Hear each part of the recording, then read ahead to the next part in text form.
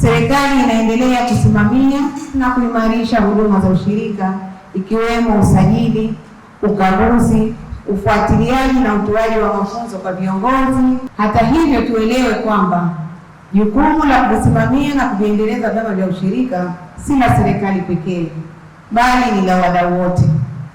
Kwa hivyo, ni wajibu wetu wadau wote kuendelea kutoa mchango katika maeneo ya utaalamu, mitaji, teknolojia, masoko na kujengea uwezo wanachama hao.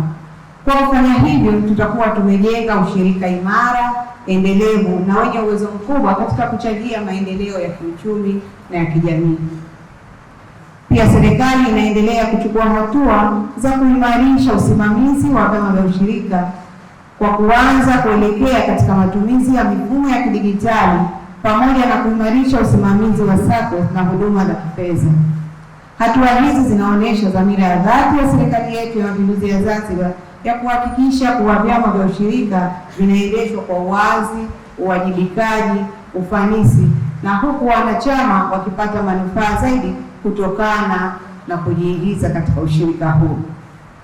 Tuelewe kwamba msingi muhimu ni wajibu wetu kwa kila mdau kutekeleza wajibu wake kikamilifu na kuhakikisha kwamba huduma tunazozitoa zinakuwa bora, zenye ufanisi na zenye kukidhi mahitaji ya jamii ili kuhakikisha changamoto zinazotolewa na vyama vya ushirika zinapatiwa ufumbuzi wa kudumu. Ndugu washiriki, niwaombe sasa, sisi ambao tumepata fursa hapa ya kushiriki, hivi vikundi vipo vingi na wanachama wako wengi, lakini sisi ndio ambao tumepata fursa hii. Kwa hiyo tuitumie vizuri hii fursa ambayo tumeipata, tuweze kutoa hoja, kwa sababu leo wataalamu hapa wako, lakini pia kuweza kutoa changamoto zetu kwa ufasaha. Msikilize majibu ambayo mtapatiwa na wadau wetu hawa, lakini pia ni matumaini yetu kwamba ukitoka hapa uwe na hatua za pamoja za kutatua changamoto zinazovikabili vyama vya ushirika. Na hii ndio nia ya Mheshimiwa Dr. Hussein Ali Mwinyi, kuhakikisha kwamba tunatatua changamoto za moja kwa moja. Ni ndugu washiriki, niwaambie tu nimesikitishwa hapa kuona tumesema kwamba tuna changamoto ya utoaji wa huduma katika baadhi ya taasisi za serikali.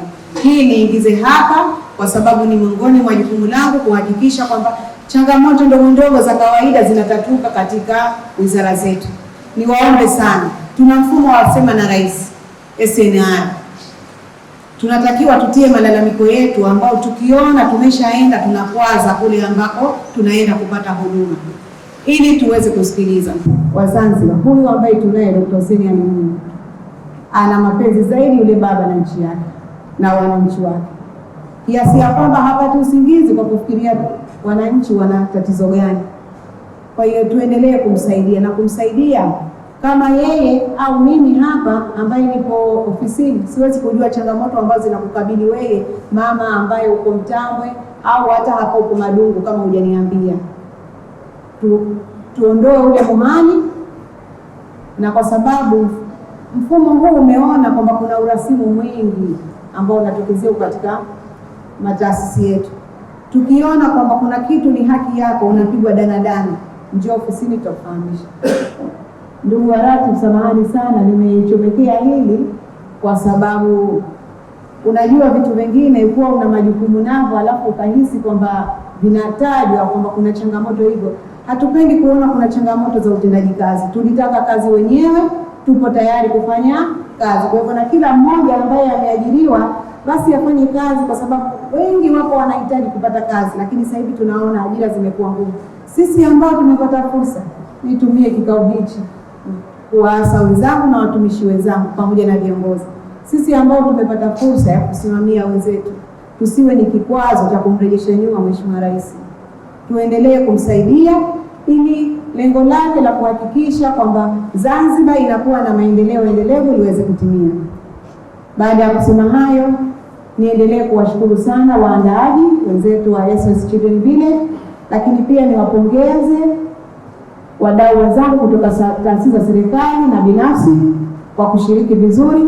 Naamini mmekuja na mazuri na mko tayari kusikiliza changamoto ambazo vikundi hivi na wanachama hawa wa vikundi wanazo, lakini pia muwe tayari kutoa majibu. Niendelee kuwashukuru sana na nyinyi washiriki kwa utulivu wenu. Naamini sasa hivi mmetulia, na wakati huo wa kueleza changamoto mtakuwa watulivu, mtaeleza changamoto zenu kwa ufasaha, kwa uwazi na kuweza kupatiwa majibu na wataalamu wetu kwa usahihi zaidi. Tutumie kikao hiki cha leo kiwe na fursa adhimu ya kuweza kutusaidia na kusonga mbele katika vikundi vyetu, lakini pia kusonga mbele katika jamii kwa ujumla.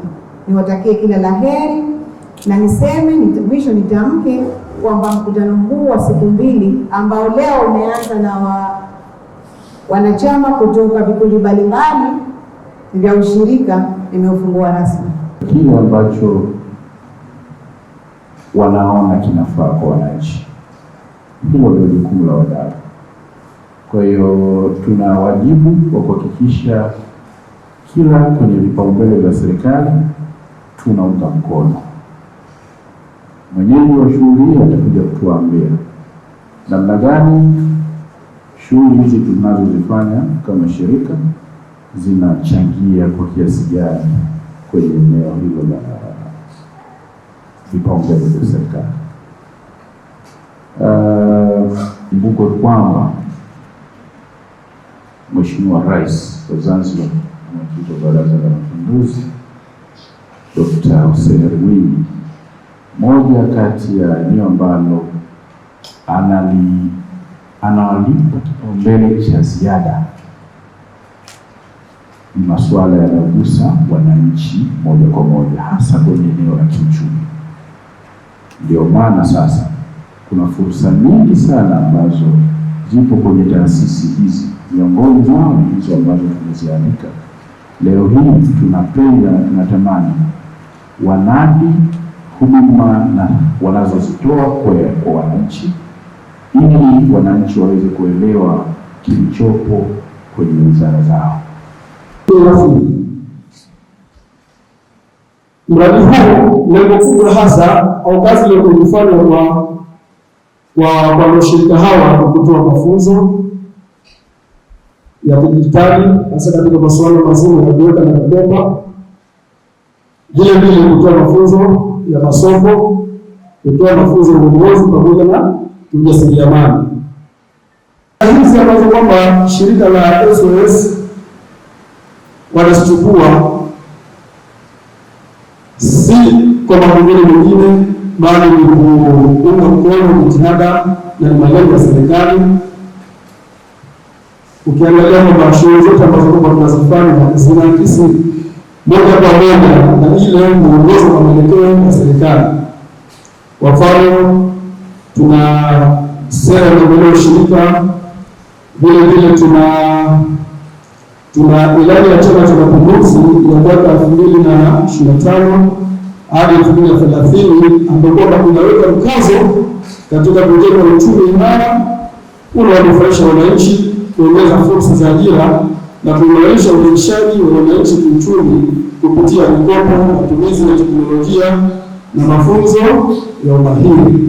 Tunatengeneza bidhaa zetu za mwana, na bidhaa kama haina vigezo vya kiserikali, soko linakuwa ndogo. Je, tufanye nini ili tuende mbele sisi wanawake?